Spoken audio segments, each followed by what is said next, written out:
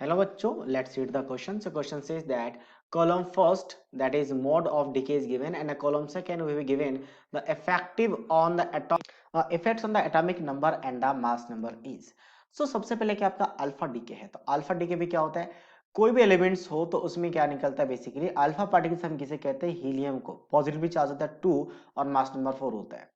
तो उसमें अगर मैं बात करूं मास नंबर कितना डिक्रीज करता है, तो मास नंबर 4 से डिक्रीज करता है। तो किसी भी एलिमेंट्स में अगर मान लो यहाँ पे ए है और यहाँ पे जेड है, तो यहाँ पे क्या लिखा जाता है उस एलिमेंट्स में अल्फा डिके से, ऑप्शन ए की बात कर रहा हूं। तो ये क्या होता है आपके पास, ए में 2 सब्ट्रैक्ट होता है और जेड में 4 सब्ट्रैक्ट होता है। तो decrease mass number decrease by 4 units, यानी कि ए किसके साथ मैच कर रहा है, एस के साथ मैच कर रहा है। बी की बात करते हैं, बीटा डीके। सो बीटा में अच्छा इसमें एक और ऑप्शन मैच करेगा, इसके साथ साथ आपके पास यहाँ पे अगर एटॉमिक नंबर डिक्रीज बाय 2 तो क्यू के साथ भी तो मैच कर रहा है, क्यू, तो एस एंड क्यू आ गया। नेक्स्ट हम बी की बात करते हैं, तो बी में क्या आपके पास, बी में गामा डीके बीटा डीके है।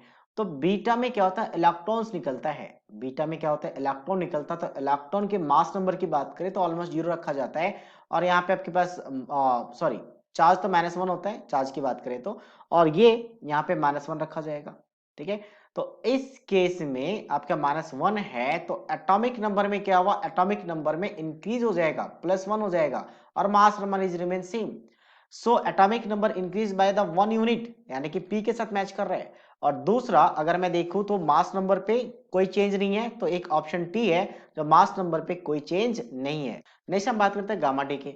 तो गामा डीके में कोई आपका किसी भी एलिमेंट्स का डीके नहीं होता, बस एक रेज है, गामा रेज काइंड ऑफ कह सकते हैं। तो इसमें मास नंबर ये दोनों का दोनों क्या रहता है, रिमेन सेम रहता है। Mass number atomic number remain same रहता है गामा रेज जब निकलते हैं यहाँ से गामा डीके में, तो इसमें कोई चेंजिंग नहीं आएगा। So that means atomic number remain same, यानी आर के साथ मैच कर रहा है, और दूसरा टी के साथ भी मैच करेगा, mass number is remain same.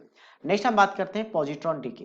सो ये बेसिकली क्या होता है, इलेक्ट्रॉन यानी कि आपके पास बीटा डी में डी का जस्ट रिवर्स होता है। डी के अगर हम बात करें तो डी में क्या होगा, आपके पास जस्ट रिवर्स होता है, मतलब इलेक्ट्रॉन का पॉजिटिव चार्ज बना दो तो पॉजिटिव बना देते हैं 1 आ जाएगा, मास नंबर रिमेन सेम यानी कि 0 ही रहेगा, मास नंबर में कोई फर्क नहीं पड़ेगा।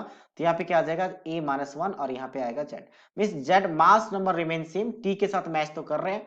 और दूसरा एक आपके पास मास नंबर 1 यूनिट से डिक्रीज कर रहा है। अच्छा, डिक्रीज वाला कोई ऑप्शन नहीं है, तो बस एक ही ऑप्शन टी के साथ मैच करेगा ये। नेक्स्ट आपका के कैप्चर। सो के कैप्चर भी काइंड ऑफ आपका पॉजिट्रॉन डीके जैसा होता है, बट थोड़ा सा अलग कंडीशन से। अलग कंडीशन क्या है कि रिएक्टेंट्स में उल्टा इलेक्ट्रॉन यानी कि बीटा एडिशन हो जाता है। यहाँ पे बीटा का एडिशन के कैप्चर में इलेक्ट्रॉन का एडिशन होता है, इसे हम कहते हैं के कैप्चर। कैप्चर करना मतलब ऐड हो जाना।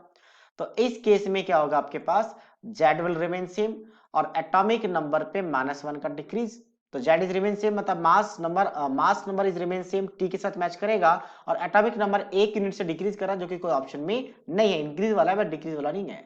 सो these are the matching, that means A with the SQ, B with the PT, C with the RT, D with the T, and E with the T. So these are the answers. I hope you understood it well. All the best.